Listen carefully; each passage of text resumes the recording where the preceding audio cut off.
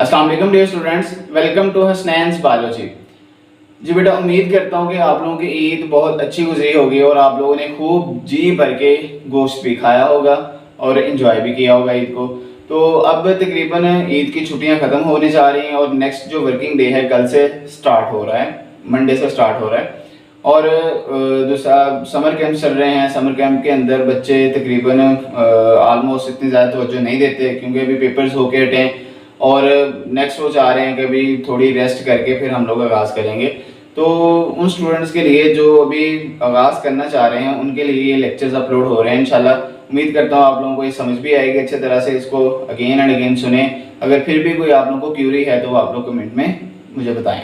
मैं आप लोगों को इंशाल्लाह वो जो क्यूरी होगी, जो क्वेश्चन होगा, उसको क्लियर करूँगा। तो आज का जो लेक्चर है बेटा हमारा वो है चैप्टर नंबर 2 का लेक्चर नंबर 8 हम लोग स्टार्ट करेंगे, जो कि लिपिड्स है। अभी रिसेंटली हम लोगों ने कार्बोहाइड्रेट्स को कंप्लीट किया है। कार्बोहाइड्रेट की क्लासिफिकेशन, मोनोसैकेराइड, ओलिगोसैकेराइड और पॉलीसैकेराइड के हवाले से बात की थी। तो आज हम लोग लिपिड्स का इंट्रोडक्शन पढ़ेंगे। लिपिड्स हैं क्या, इनकी डिफरेंट क्लासेस के हवाले से बात की जाएगी और इनके डिफरेंट जो इंपॉर्टेंस है, जो कि डिफरेंट स्ट्रक्चर्स के तौर पे ये मौजूद होते हैं और वहाँ पे क्या ये रोल प्ले कर रहे हैं लिपिड्स, उनके हवाले से बात करेंगे। तो आइए आगाज करते हैं आज के लेक्चर का बेटा। हम लोग सबसे पहले अगर देखा जाए लिपिड्स हैं क्या, इनको बेटा डिफाइन कैसे किया जाता है, इनकी डेफिनेशन क्या होती है, इनकी डेफिनेशन क्या है।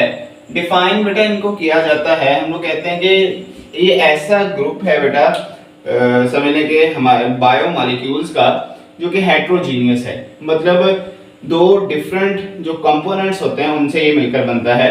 इस वजह से इसको हम लोग क्या कहते हैं, these are heterogeneous group of compounds.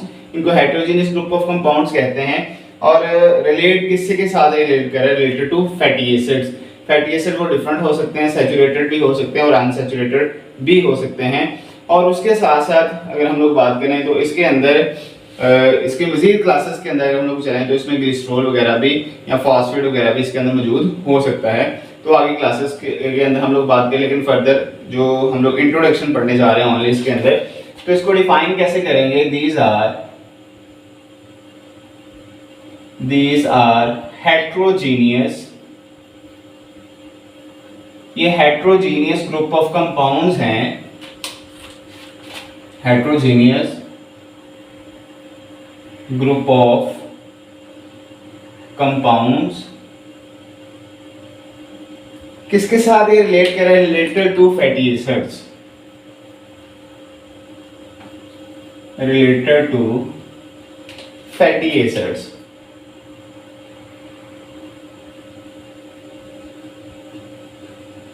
तो इसको बेटा क्या कहा जाता है, ऐसा जो हेट्रोजीनियस ग्रुप ऑफ कंपाउंड्स हैं जो कि डिफरेंट कंपोनेंट से मिलकर बने हैं, दो डिफरेंट कंपोनेंट्स उसमें होंगे और किसके साथ रिलेट कर रहा है, related to fatty acids.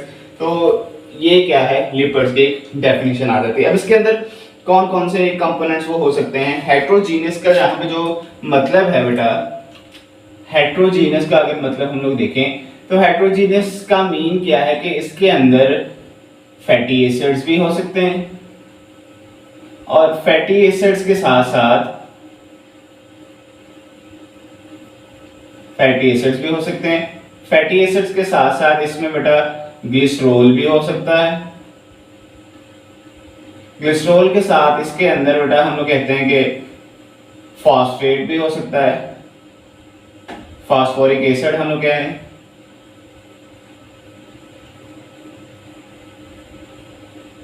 Phosphoric acid मतलब डिफरेंट इसके कंपोनेंट्स हो सकते हैं जिनसे ये मिलकर बनेगा। इस वजह से इसको हम लोग क्या कहते हैं, हेट्रोजीनियस ग्रुप ऑफ कंपाउंड्स कहा जाता है। अब इसके अगर कंपोनेंट्स देखें तो कंपोनेंट्स की अगर हम लोग बात करें बेटा तो कंपोनेंट्स में मेजर इसके कंपोनेंट्स क्या क्या हैं। मेजर जैसे हम लोगों ने कार्बोहाइड्रेट्स के अंदर पढ़ा था कि इसके अंदर कार्बन भी है, हाइड्रोजन भी है और ऑक्सीजन भी है।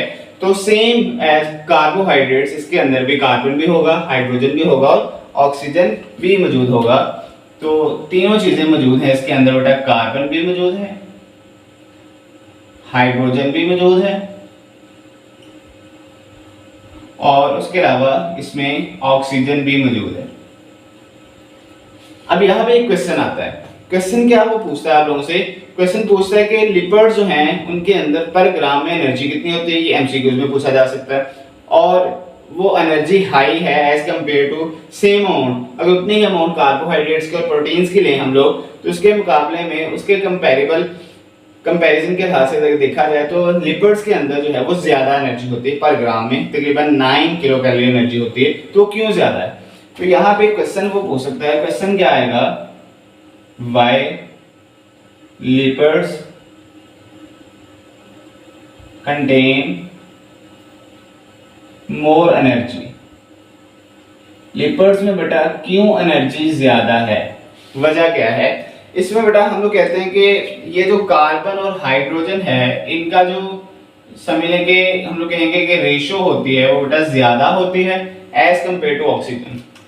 मतलब क्या है कि ये जो दोनों बेटा होंगे इनकी रेशो क्या होगी, हाई प्रोपोर्शन है इनका, हाई प्रोपोर्शन है इनका CH कार्बन और हाइड्रोजन का, और ऑक्सीजन का क्या होगा, ऑक्सीजन का लो प्रोपोर्शन होगा, कम होंगे, लेस अमाउंट में होंगे। तो इस वजह से, क्योंकि हम लोग कहते हैं कि जो मेजर सोर्स होता है एनर्जी का वो कार्बन टू हाइड्रोजन बॉन्ड होते हैं, तो जब कार्बन टू हाइड्रोजन बॉन्ड्स इसमें मौजूद होंगे तो इसी वजह से मतलब कार्बन का हाइड्रोजन के साथ अगर बॉन्ड देखें जब ये ज्यादा होगा तो इससे एनर्जी भी ज्यादा मिलेगी। और वो कितनी एनर्जी होगी, वो तकरीबन हम लोग कहते हैं कि 9 किलो कैलोरी बेटा एनर्जी होती है पर ग्राम।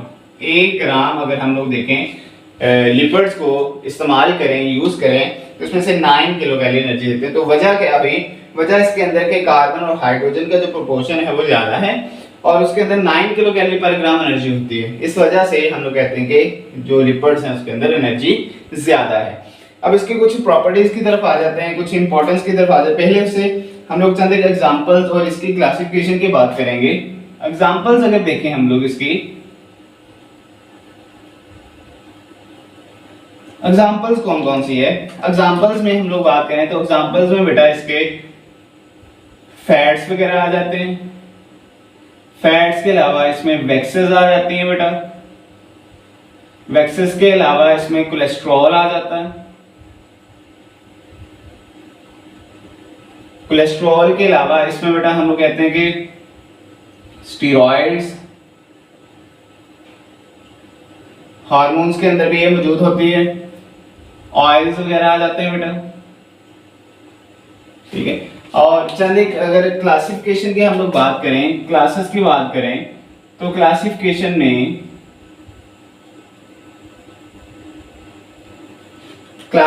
में जो मेजर क्लास है जो कि एज ए डाइटरी लिपिड्स के तौर पे हम लोग इनको यूज करते हैं, उसमें बेटा एसाइल ग्लिसरॉल आ जाते हैं, फॉस्फोलिपिड्स आ जाते हैं। फॉस्फोलिपिड्स के अलावा इसमें बेटा वैक्सेस आ जाती हैं, वैक्सेस भी इसकी क्लासिफिकेशन एग्जांपल में भी हम लोगों ने पढ़ लिए। टर्पेनॉइड्स आ जाते हैं, स्फिंगोलिपिड्स आ जाते हैं,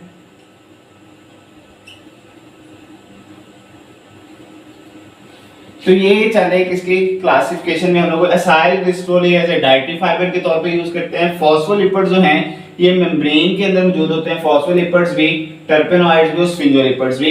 वैक्सेस जो हैं ज्यादातर प्रोटेक्टिव कोटिंग के तौर पे यूज की जाती हैं, होती हैं मौजूद, बल्कि लीफ के ऊपर प्रोटेक्टिव कोटिंग होती है, फ्रूट्स के ऊपर प्रोटेक्टिव कोटिंग होती है और सीड के ऊपर भी प्रोटेक्टिव कोटिंग उसकी होती है। और ये सारी क्लासिफिकेशन जो हम लोग आगे डिटेल से पढ़ेंगे और चंद एक एग्जांपल है। अच्छा, अब कुछ इसके अगर प्रॉपर्टीज की बात करें हम लोग बेटा, तो प्रॉपर्टीज कौन कौन सी इसकी आ जाती हैं।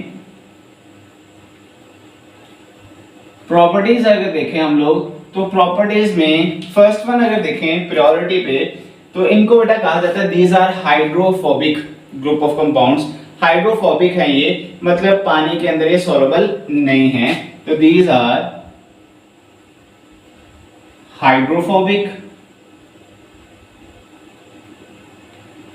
हाइड्रोफोबिक ही होते हैं। हाइड्रोफोबिक के अलावा इनसॉल्युबल होते हैं ये वाटर में,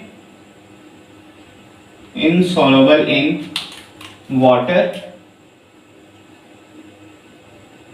जबकि नेक्स्ट अगर देखें हम लोग तो ये मेम्ब्रेन का भी हिस्सा होते हैं, पार्ट ऑफ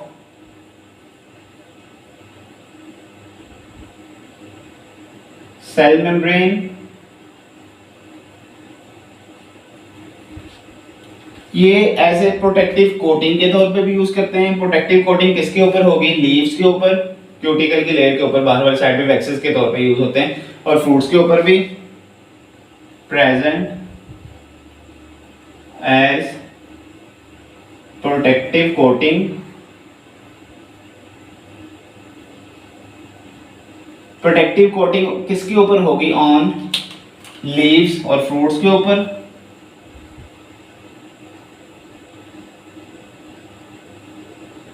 उसके अलावा ये बेटा सॉल्युबल है किसके अंदर? ऑर्गेनिक सॉल्वेंट्स में,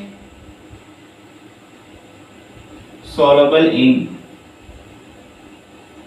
ऑर्गेनिक सॉल्वेंट्स। जैसे ऑर्गेनिक सॉल्वेंट्स में अगर हम लोग देखें तो इसमें बेटा बेंजीन, ईथर, क्लोरोफॉर्म एटसेट्रा। तो ये चंद एक बेटा क्या आ जाते हैं? ऑर्गेनिक सॉल्वेंट्स आ जाते हैं जिनके अंदर ये क्या होंगे? सॉल्युबल होंगे। उसके अलावा ये बेटा प्रोटेक्टिव कोटिंग है, सारी बात है, ये एब्रेसिव डैमेज से भी बचाते हैं। प्रोटेक्ट फ्रॉम इंजरी, इंजरी से भी ये बचाएंगे। प्रोटेक्ट ये कहते हैं एब्रेसिव डैमेज से भी बचाते हैं ये।